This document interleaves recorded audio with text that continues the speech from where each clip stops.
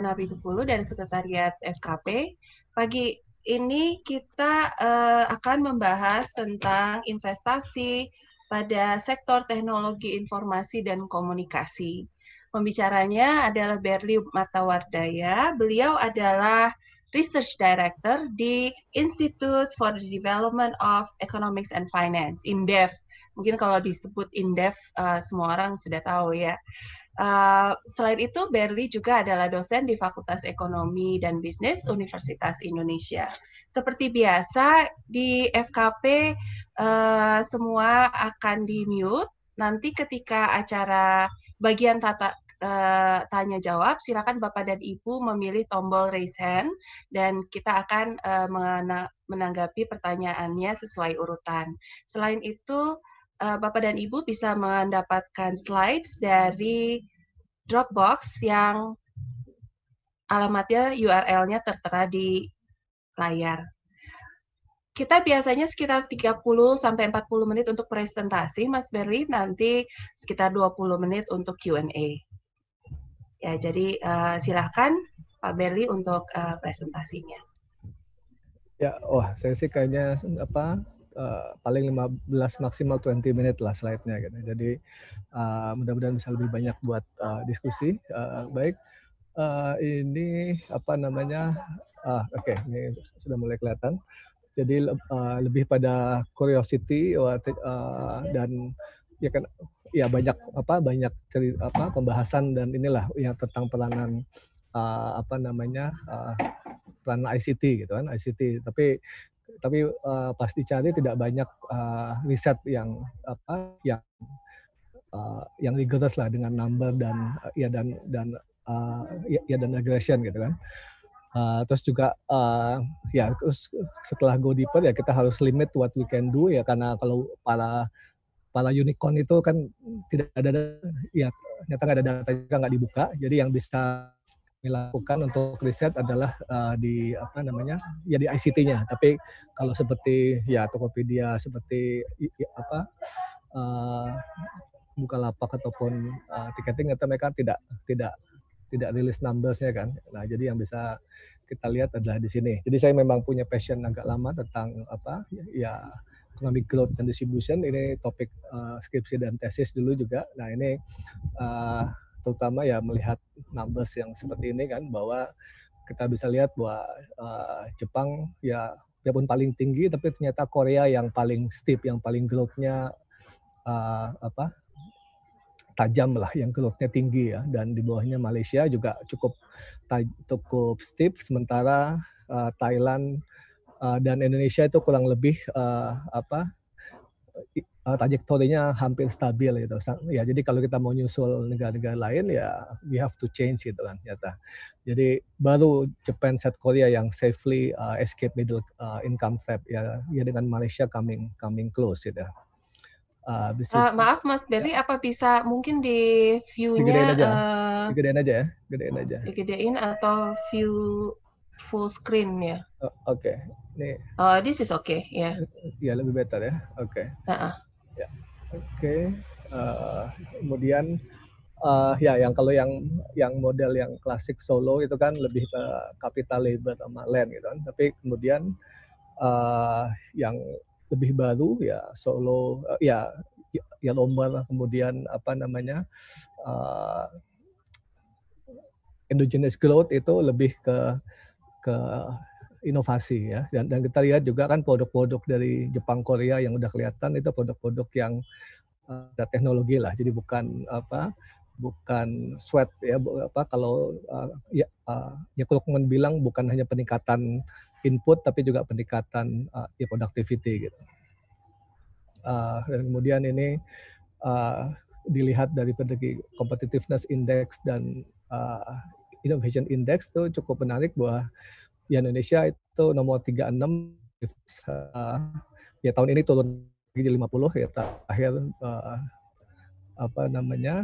tapi untuk innovation ya dia cukup rendah ya nomor 87 gitu. Nomor 87, dan ini berarti lumayan kompetitif tapi tidak inovatif Indonesia itu. Dan ini juga ya ini risetnya saya bikin tahun lalu, jadi indeksnya agak-agak few years back ya, tapi in prinsip ya bahwa kita menonjolnya atau angkanya skornya tinggi di competitiveness lebih ke market ya, sementara ya pilar yang innovation, technology readiness itu rendah gitu. Padahal ya apalagi di masa pandemi kita lihat ini kalau nggak punya akses internet ya you are out of the loop gitu kan. Nah ini yang cari indikator yang terlihatnya atau yang terukur paten ya, kita coba lihat paten itu yang banyak dilihat pendaftaran paten ya, baik dari dalam maupun dari luar ya, dari resident entity sama non resident kalau dalam pencatatan. Kalau resident berarti oleh institusi atau orang dalam dalam negaranya. Kalau non resident berarti di luar.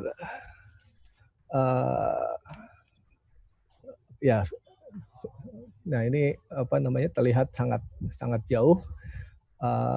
Cina jauh di atas ya. Ya ini saya buang China-nya, kelihatan juga Indonesia ya not leading ya. Ini yang resident ya, resident, dan ini yang non resident. Resident ya berarti perusahaan atau entitas luar yang mau patennya diakui, di enforce di Indonesia itu. Jadi kita bisa lihat ada perbedaan cukup signifikan antara patent application resident sama non resident di Indonesia gitu.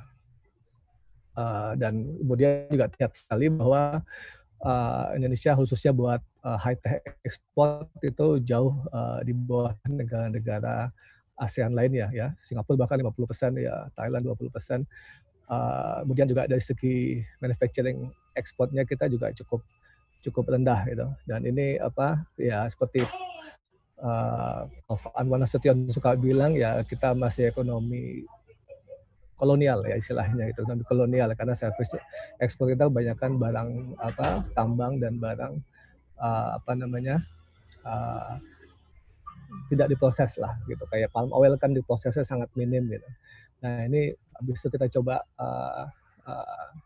bikin scatter plot lah, jadi pattern sama GDP ya, dan kemudian khusus ICT ya. Jadi kita dapat data dari Kemkumham ya. Jadi ada eselon 2 yang ngurusin paten. Ya ini data tidak dipublish tapi kita request dan kita dapat datanya gitu. Jadi khusus ICT paten bidang ICT gitu.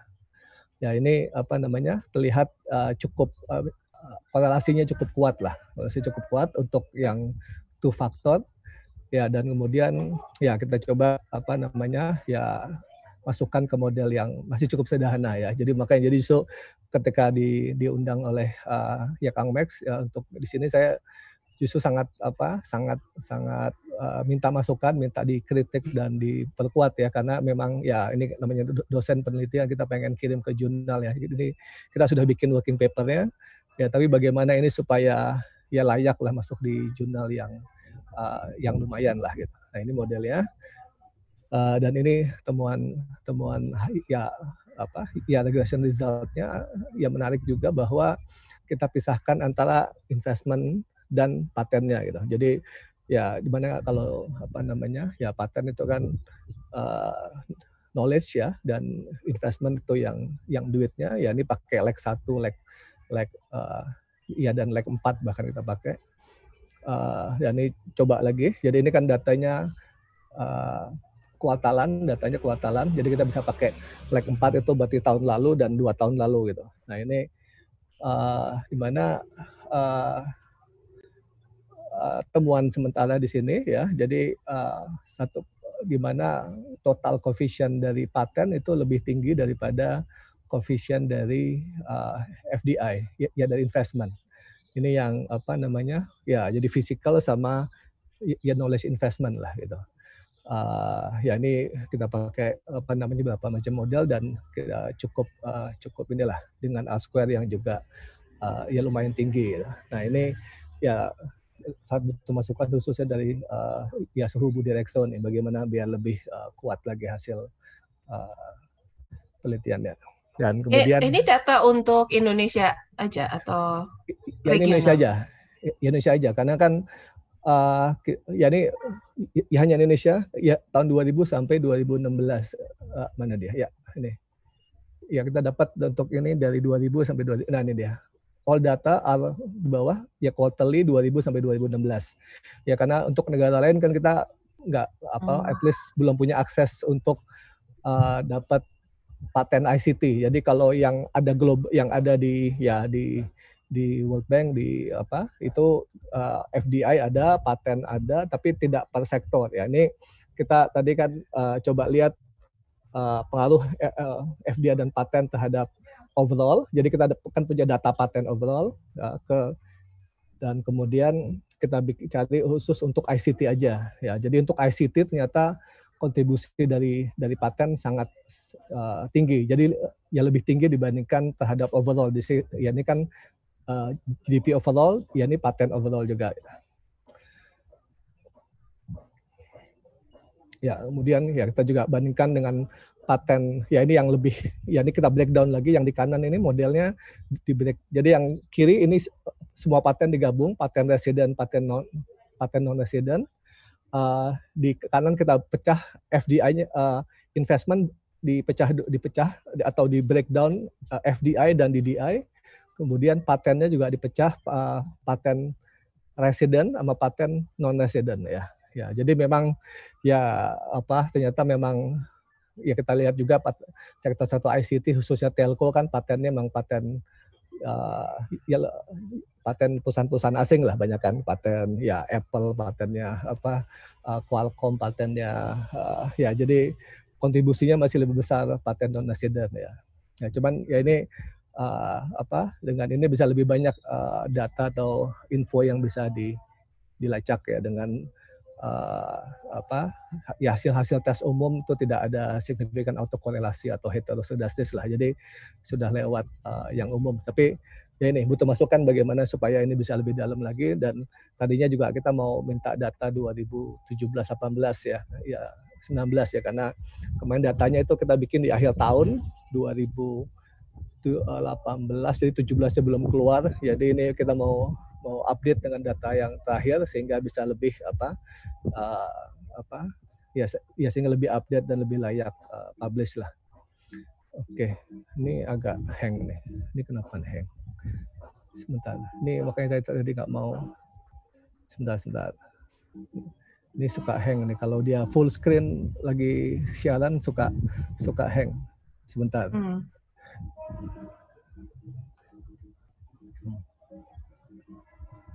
Ya atau ganti aja, Pak. Mungkin dari slide yang udah saya kirim ya, ini nggak bisa stop sharing juga.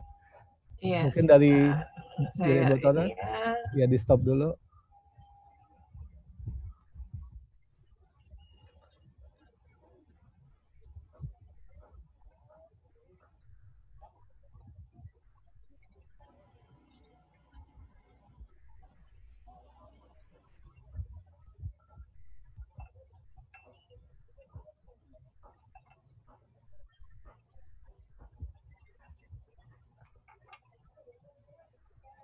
Iya.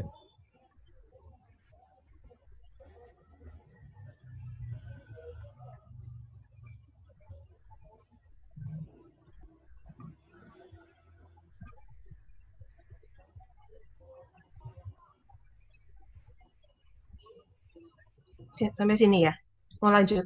Ya. Next one atau gimana? Ini hilang. Oke. Coba sebentar.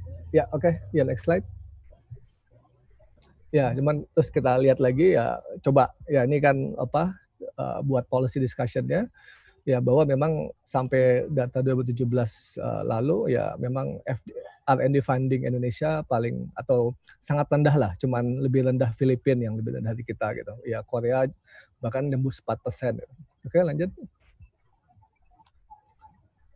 Ya dan ini ya kita compare ya saya dan tim kita compare tax incentive untuk private ya. Jadi oke lah APBN kita tidak bisa allocate banyak ya, masih ya prioritas kemiskinan dan kesenjangan masih banyak. Ya udah gimana buat mendorong private ya. Saya sendiri pernah ngobrol dengan Pak Bambang Brojo waktu itu ya, waktu beliau sudah jadi Menteri Ristek ya, memang ya dorong swasta gitu, yang dia bilang yang need to fill the gap gitu kan.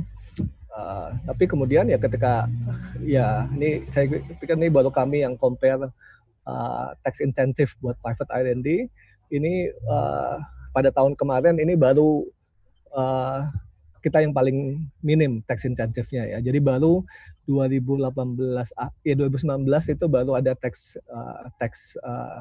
incentive double deduction buat R&D. Ya ini belum masuk di sini, tapi dibandingkan dengan negara lain itu Jepang itu luar biasa, tax credit 8% to 8%. Ini kalau dari ya katakanlah perusahaan asing ke Jepang untuk kolaborasi riset ya mereka dapat tax credit 30%. Nah ini skema ini ya, dan Korea juga mirip kayak betul. Jadi kalau riset dengan lembaga lokal di Korea itu dapat tax incentive yang cukup besar, itu di Indonesia belum dilaksanakan lah, atau belum ada tawaran untuk tax incentive seperti itu. Nah ini juga ya termasuk yang ya perlu dikonsider tax sehingga R&D dari private khususnya dari ya perusahaan asing bisa lebih besar.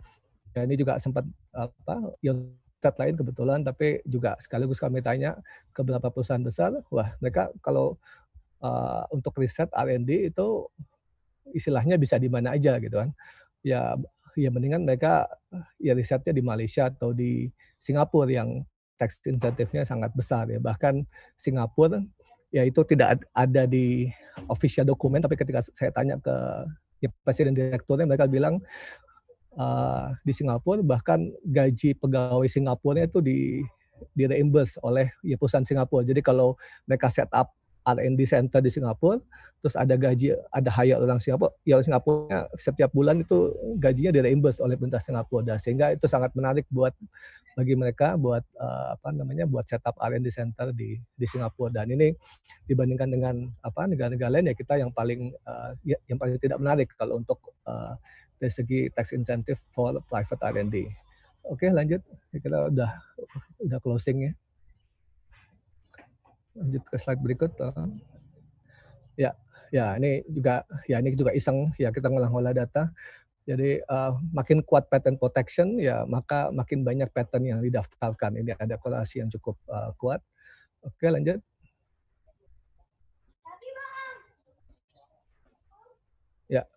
Ya, ini jadi dari data kita lihat bahwa Jepang dan South Korea yang sudah income trap ya, dengan trajectory growth yang juga stable ya, at least sampai dengan ya pandemi ya. Dan kemudian ya bisa kita lihat bahwa engine of growth-nya itu di inovasi ya, satu indikatornya ya paten ya, walaupun memang not all patent are equal ya, tapi itu another research cluster sendiri ya. Tapi yang kami coba lakukan ya udah yang istilahnya sudah known bahwa patent dan research itu berkontribusi ke growth lah, yaitu sektor ICT ya. Jadi ketika kita lihat lagi ya dari segi jumlah memang saat ini ya, patent innovation ICT lag behind. Nah, ini coba regresi ya, ternyata antara investment dan paten ya, kalau untuk overall growth coefficient-nya investment 0,16, coefficient-nya paten 0,109. Jadi overall aja ini sudah kontribusinya paten sedikit lebih besar ya. Tapi ketika khusus untuk sektor IC, maka kontribusinya paten itu lebih tinggi, cukup jauh ya, 0,2 ke 0,18. Nah, dan ketika di breakdown lagi untuk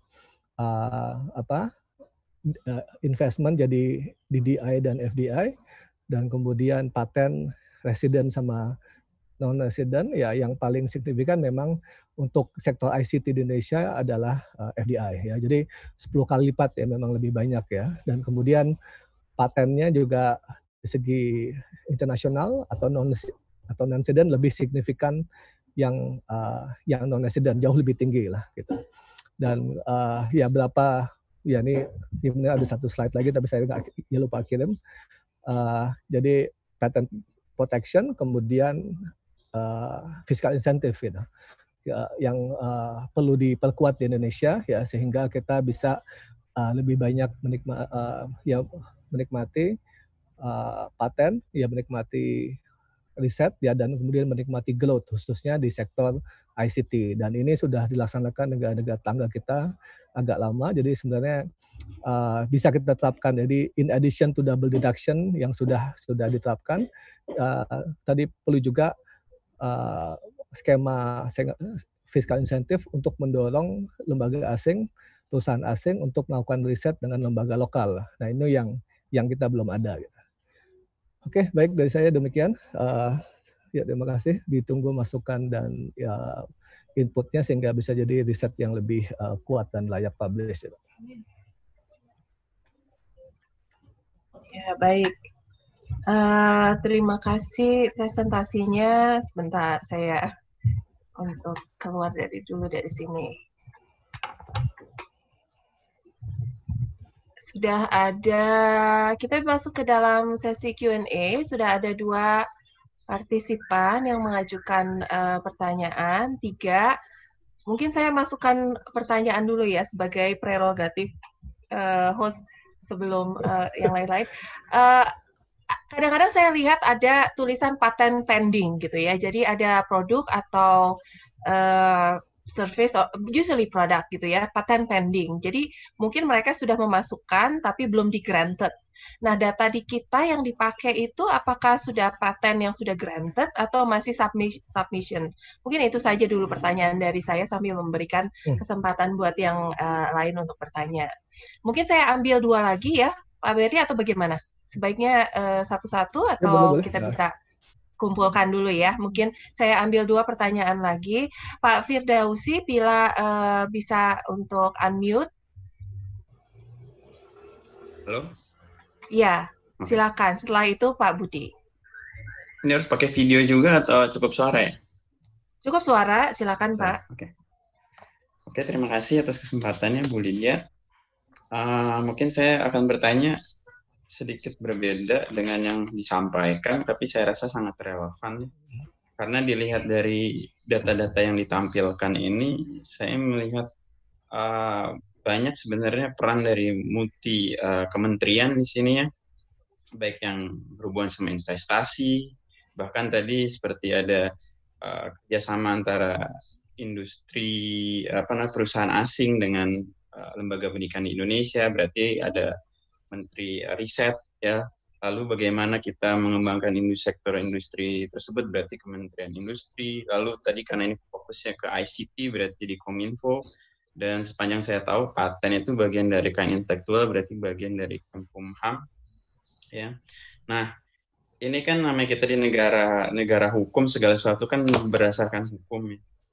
Nah, ini bagaimana ya posisi, apakah ada penelitian atau elemen-elemen yang bisa dimasukkan mungkin di next research-nya nanti, elemen hukumnya itu mungkin juga termasuk hukum perizinan juga di sini ya, yang bisa membawa dampak terhadap kontribusi investasi, R&D-nya dan sebagainya di Indonesia, sehingga kita bukan hanya sebagai negara berpenduduk terbesar nomor 4 di dunia, tapi juga sebagai market, tapi juga sebagai penghasil juga, seperti negara yang populis seperti populisnya besar seperti Cina atau Amerika, yang dimana mereka menghasilkan juga bukan hanya sebagai market. Nah, ini saya rasa ini kita perlu.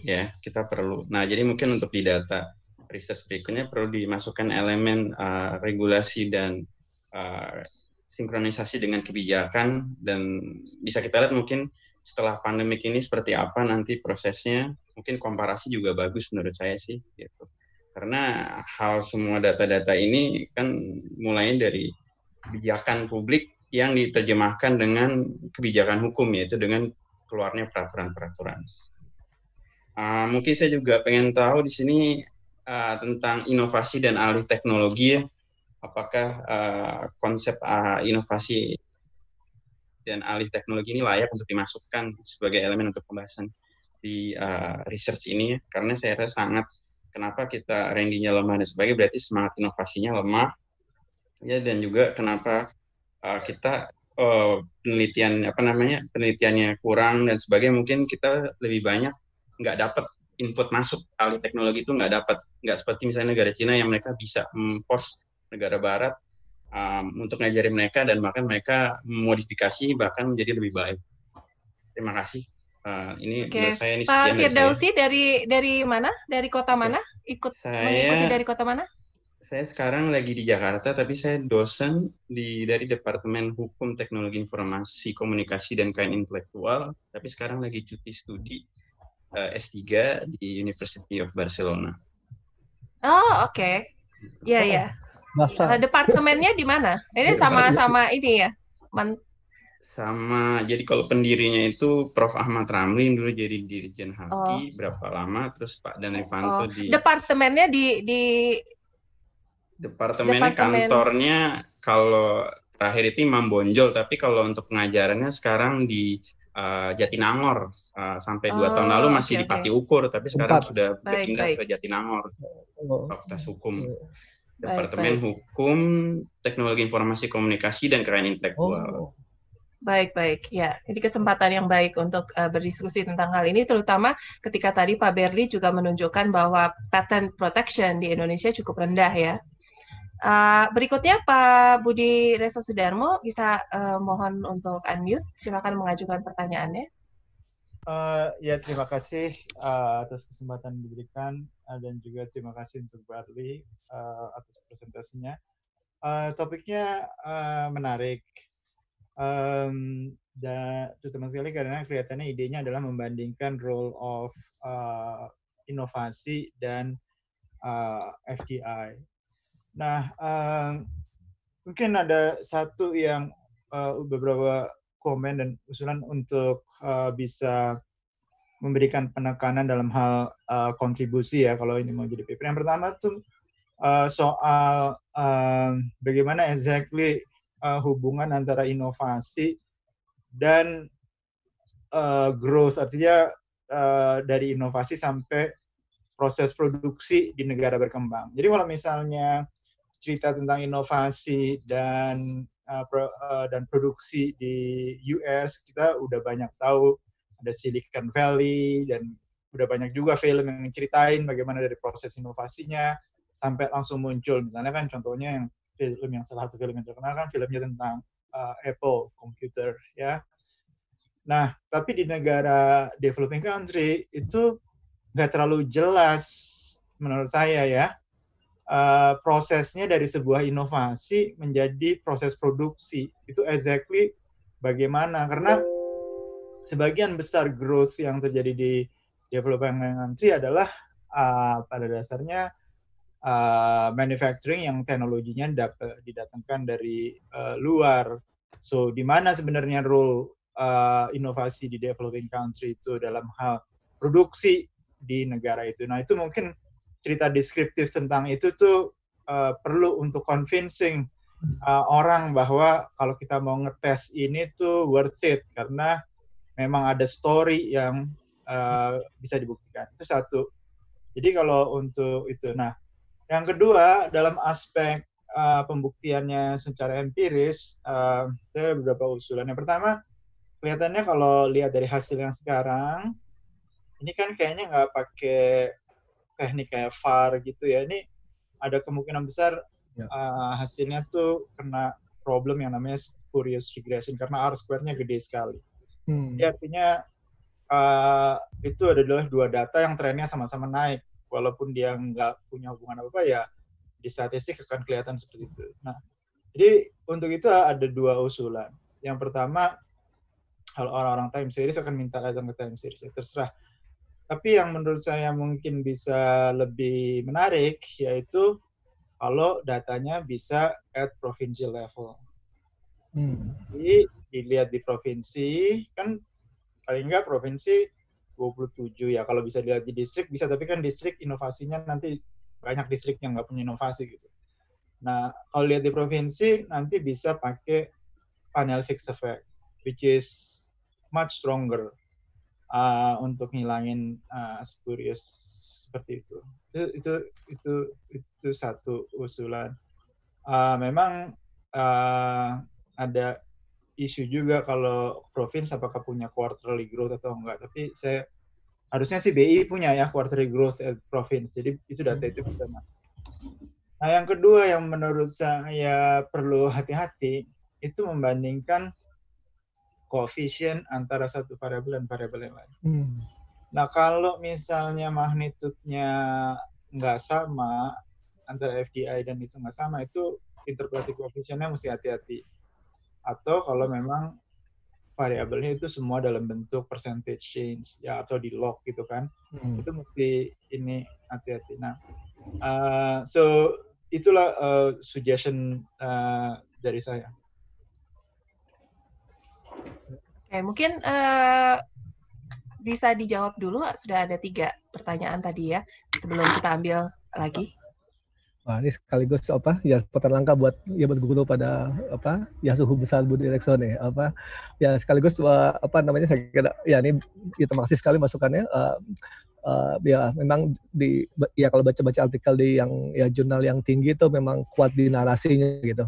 Kebetulan untuk studi ini juga kita sudah wawancara Qualcomm, wawancara direktur HAM direktur paten di Kumham ya. Jadi untuk tahu seperti apa proses hukum dan pengalaman produksinya ya. Jadi memang kalau perusahaan asing ya mereka memang untuk produksi, kalau mereka mau produksi di Indonesia ya mereka daftarkan dulu patennya supaya tidak supaya ya diakui dan tidak tidak istilahnya di hijack lah sama institusi lain itu atau orang lain.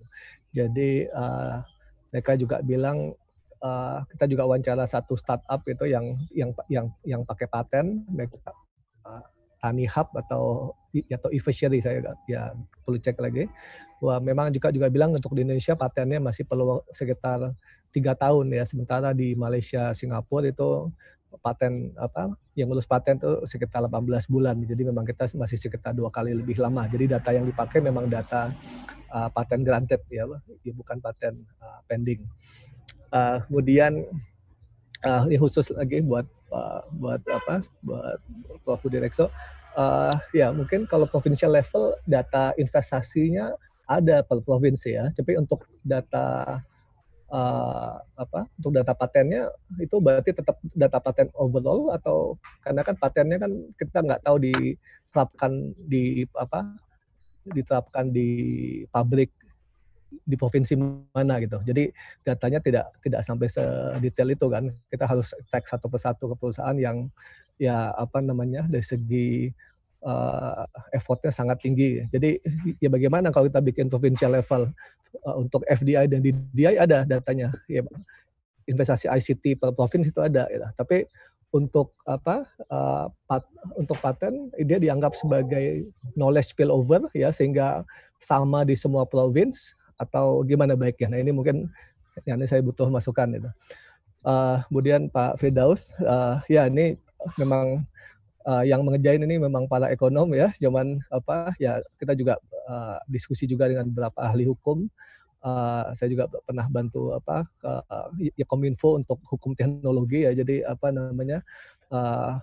ternyata memang ada proses yang agak berubah gitu ya. Jadi makanya termasuk diantaranya kami belum mengupdate. Jadi pas waktu kami selesai ya riset ini itu di sana mulai menerapkan e-patent filing gitu. Jadi jadi prosesnya berubah ya, sehingga datanya juga ya waktu itu dan direkturnya ganti juga ya, sehingga kami belum tahu perubahan yang tadinya masih manual pendaftaran patennya menjadi bisa online ya, dan bisa di-track progresnya itu. Jadi 2018-19 itu ada perubahan proses di Kumham itu, sehingga likely sekarang prosesnya lebih cepat, lebih tinggi ya. Tadi untuk inovasi dan alih teknologi tadi ya, jadi perusahaan yang mau memproduksi hasil patennya di Indonesia dia harus mendaftarkan dulu kan. Tapi biasanya begitu dia sudah daftarkan dia sudah bisa memproduksi karena sudah pokoknya ya paten pending ya untuk diproses di Indonesia ya biarpun di negaranya sudah di approve.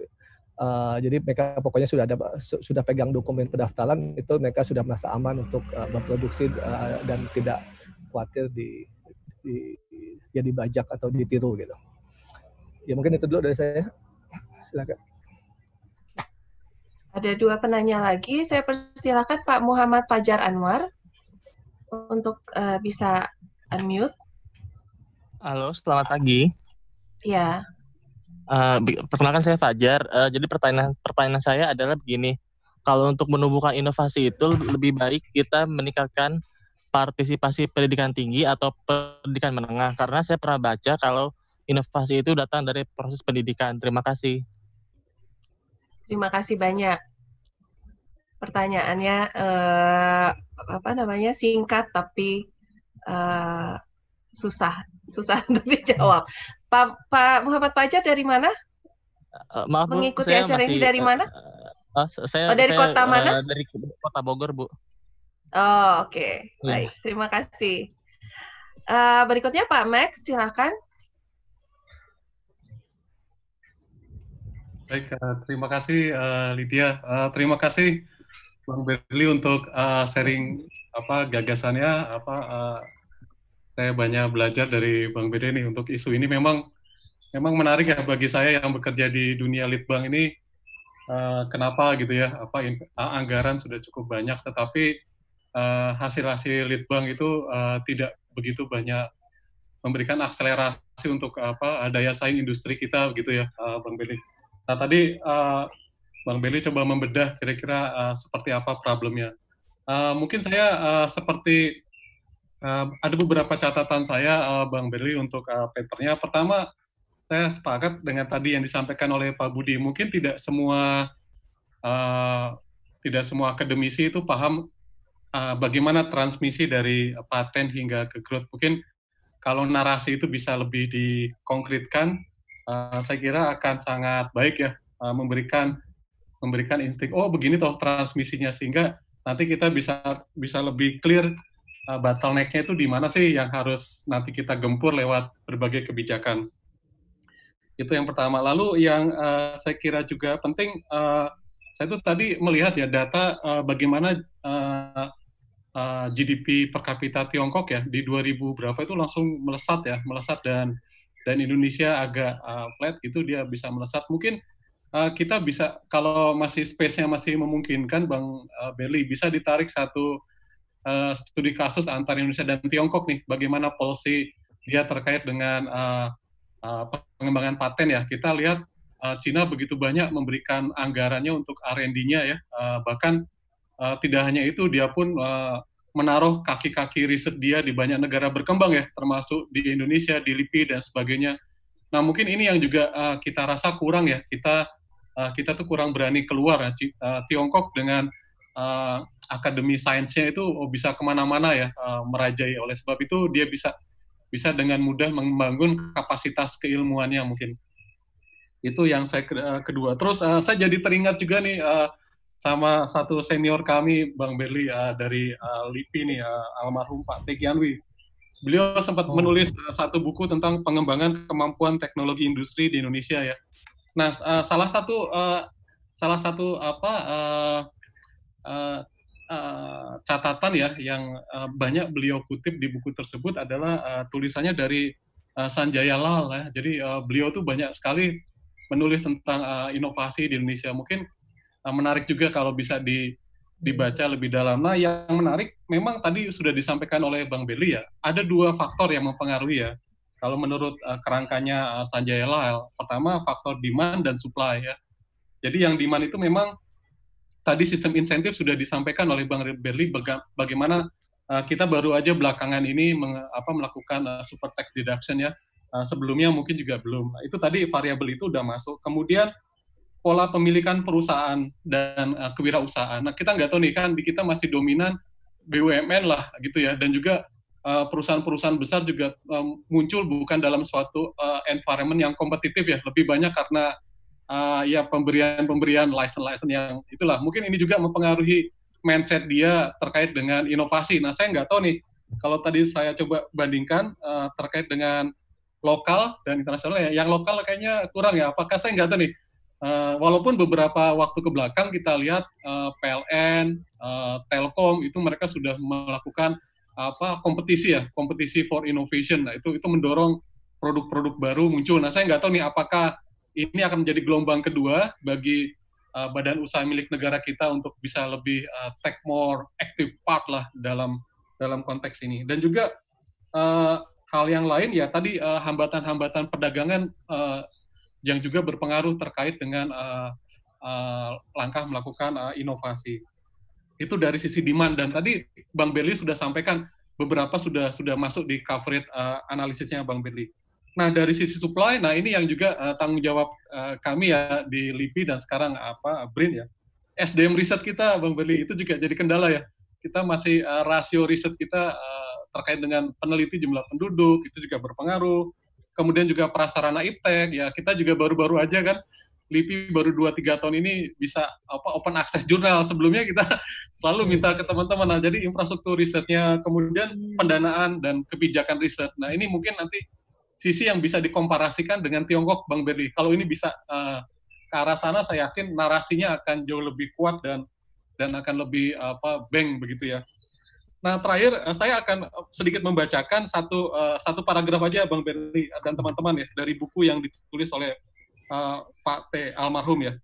Dikatakan begini, suatu strategi alternatif yang telah ditempuh Jepang dan kemudian Korea Selatan adalah dengan membangun sendiri suatu landasan teknologi domestik yang kuat. Jadi mereka Jepang dan Korea itu membangun landasan teknologi domestik yang kuat. Dengan menempuh kebijakan ini, maka negara berkembang tersebut sangat membatasi masuknya PMA. Nah, jadi memang Jepang dan Korea ini agak sangat selektif dan restriktif ya untuk PMA, berbeda dengan kita ya. Nah, kemudian dilanjutkan, jika diizinkan masuk, artinya PMA ke negara Jepang dan Korea, itu sifatnya sangat selektif.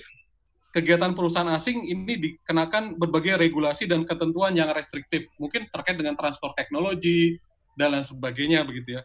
Akan tetapi, karena perkembangan industri dan teknologi Indonesia masih belum begitu maju, serta jumlah sarjana ilmu alam dan ilmu teknik masih terbatas sekali, maka cara Jepang dan Korea Selatan kiranya belum bisa ditempuh kasus Indonesia. Nah, jadi ada suatu critical mass kayaknya Bang Berli ya, critical mass di level domestik yang memang kita mampu nggak. Nah, oleh sebab itu dari sisi supply seperti yang di papernya Sanjaya Lal itu perlu juga mungkin ditelisik lebih dalam Bang Berli. Jadi kalau mungkin ada case-case itu, saya yakin paper Bang Berli akan jauh lebih bam dan akan lebih banyak memberikan insight yang dalam Bang Berli. Terima kasih Bang Berli sudah sharing risetnya. Terima kasih. Silakan Pak, ditanggapi Pak Berli. Wah, ya, jadi luar biasa nih, saya dapat banyak sekali masukan dari khususnya Kang Max ini yang yang sahabat lama ya. Ya dulu ya jadi ini ya mesti perlu untuk mikir nih. Jadi memang storyline-nya yang didapat memang bahwa untuk sektor ICT ya the main actor baik investment maupun patennya itu adalah ya perusahaan asing gitu kan, perusahaan asing yang jadi ya ketika mereka katalah mau ya ada HP baru lah, ya kan paling banyak HP dan komputer gitu kan, ya mereka mau jual di sini mereka daftarkan dulu patennya supaya nggak ditiru dan ada protection gitu. Ya kalau mereka nggak ya teknologinya mereka choose untuk nggak jual di sini ya mereka nggak lulus pendaftarannya gitu. Dan ya karena mereka perusahaan besar global ya memang ya satu punya kapasitas penelitian yang tinggi ya, dan juga kompetitif globally. Jadi ya itu juga mungkin ya di sektor ICT ini kan ya you go big or you don't go at all gitu kan, karena kalau bikin tanggung-tanggung ya bakal lewat sama perusahaan-perusahaan komputer dan telco besar gitu kan. Jadi ya makanya kita lihat juga di Indonesia saat ini kan tidak ada pemain besar ya maksudnya lebih pada perakitan ya, jadi sehingga ya strategi yang diambil Indonesia sepertinya tidak seperti di Jepang dan Korea. Saya ingat waktu saya ke Korea, ke museum di sana, museum Korea itu ada satu section undang-undang teknologi gitu. Jadi undang-undang teknologi dan inovasi itu ada satu section di museum gitu. Ini sebagai motor ataupun landmark dari kebangkitan Korea gitu. Jadi memang ya dapat satu section di museum yang terhormat sekali gitu. Nah ini sehingga dalam narasi bernegara sana juga bahwa harus inovasi baru bisa maju. Sementara kalau di Indonesia kita sudah negara kaya, banyak tambang dan kekayaan alam. Jadi ya memang narasi inovasi sebagai motor kemajuan bangsa di Indonesia belum banyak maju gitu. Makanya tadi Pak Fajar Anwar ya lebih banyak yang inovasi itu ya saat ini lebih ke perusahaan gitu, karena dari kampus-kampus kan baru belakangan didorong. Jadi beda dengan di Cina yang memang kampusnya, perusahaannya itu didorong dan banyak insentif dari pemerintah untuk melakukan riset, untuk mendaftarkan paten gitu. Jadi kita lihat, saya juga lihat angkanya, saya cek berapa kali, wah ini Cina naiknya puluh-puluh kali lipat gitu dalam beberapa tahun terakhir, ya 15-20 years dibandingkan sebelumnya itu. Jadi pasti ada sistem inovasi yang berubah di situ gitu, sehingga ya bisa mencapai seperti itu gitu. Nah ini juga ya saya setuju bahwa jadi satu section sendirilah gitu. Jadi mungkin nanti papernya saya kembangkan katalah Asia Timur, jadi Asia Timur overall karena datanya ada, tapi untuk Indonesia bisa go deeper ke ICT gitu, karena datanya ya bisa kita akses gitu. Kalau untuk negara lain kan kita nggak bisa dapat akses per perusahaan gitu. Kalau di Indonesia ya karena karena di sini bisa kita kontak gitu. Kemudian tadi saya pikir juga juga jadi dapat ide ya tadi dari Kang Max tadi, bisa karena kita bisa minta data ke Direktur Paten di Kumham, itu data pengaju paten ya. Jadi pengaju patennya bisa kita bedakan sebenarnya gitu. Jadi apakah di MNC, ya kalau luar negeri, atau lembaga riset di luar negeri, kalau dalam negeri apakah dia BUMN ataupun kampus ataupun lembaga. Jadi bisa juga nanti kita deskripsi dan kuantitatifnya by actor juga bisa gitu. Ya karena ini yang menarik kan, karena ya karena datanya restricted, jadi tidak, atau at least harus minta, tidak, ya belum ada yang melakukan riset ya sampai ke sana gitu. Nah ini nanti bisa kita lihat kalau ya misalnya beberapa tahun terakhir ini kan kampus didorong buat melakukan riset ya. Jadi apakah patennya meningkat atau tidak bisa kita lihat trennya dan ya secara kuantitatif kontribusinya seperti apa. Tapi kalau secara umum saat ini yang domestik itu ya kontribusinya kecil sekali, kontribusinya baik secara jumlah maupun tadi secara koefisien gitu. Ya jadi ya mungkin ya ketika saya baca tentang ya literatur tentang teknologi transfer dan inovasi itu cenderung ya kualitatif sekali gitu ya. Jadi data yang bisa didapat ya paten gitu kan. Yang lain kan ya kalau kita mungkin regresikan, kita sebagai yang lebih ke ekonomnya, itu apa yang bisa diregresi? Yang bisa diregresi ya data paten. Ya nanti ya ini mungkin bisa di breakdown lagi by aktor. Jadi bukan hanya by entitas Indonesia non Indonesia, tapi juga di Indonesia juga bisa by aktor, sehingga storyline-nya lebih banyak, lebih kuat ya dari segi narasi. Nanti mungkin saya mohon izin setelah ini kontak lagi dengan Prof Budi buat minta petunjuk lah khususnya buat ya supaya regresinya lebih kuat. Oke, baik, saya kira mungkin poin terakhir ya untuk khusus ini dari ketemu dengan orang-orang Korea dan Jepang, ya mereka dari kecil katanya diajarin bahwa negaranya negara miskin gitu. Ya, ini kita kan dari kecil, sehingga ya tadi harus innovate, harus produce, baru bisa, kalau enggak akan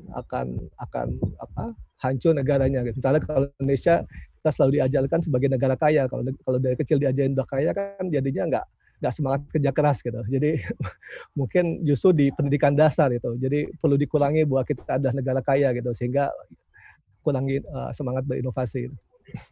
Ya.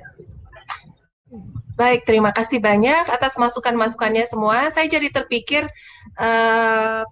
untuk menggabungkan, karena untuk melihat pada level provinsi khusus untuk paten ICT saja mungkin agak sulit. Tapi kalau melihat mengklasifikasi berbagai paten atau inovasi berdasarkan sektornya, lantas digabungkan dengan analisa di berbagai provinsi itu, sektor mana saja ada manufacturing activities, mungkin salah satu untuk menyiasati melihat dampak ke cerita inovasi ya pada level provinsi. Saya nggak tahu, tidak perlu ditanggapi, tapi ini salah satu usulan saja mungkin untuk riset lainnya, karena cukup langka ya riset di bidang ini di Indonesia. Terima kasih sekali lagi buat semua yang sudah ikut berpartisipasi pada FKP pagi ini. Tidak banyak yang datang, tapi saya rasa diskusinya sangat baik ya, dan ini adalah tujuan utama untuk FKP, yaitu sharing riset dan juga untuk mendapatkan masukan dari riset untuk kemudian juga mempromot riset, hasil riset tersebut kepada decision makers ya. Terima kasih sekali lagi kepada pembicara Pak Berli, dan terima kasih kepada peserta yang hadir. Silakan bisa thumbs up atau memberikan reaksi lainnya. Minggu depan masih ada, bukan minggu depan, hari Kamis ada FKP berikutnya. Silakan cek website FKP untuk mendapatkan jadwal-jadwal di berikutnya. Terima kasih sekali lagi. Sampai jumpa. Selamat makan siang semuanya. Bye.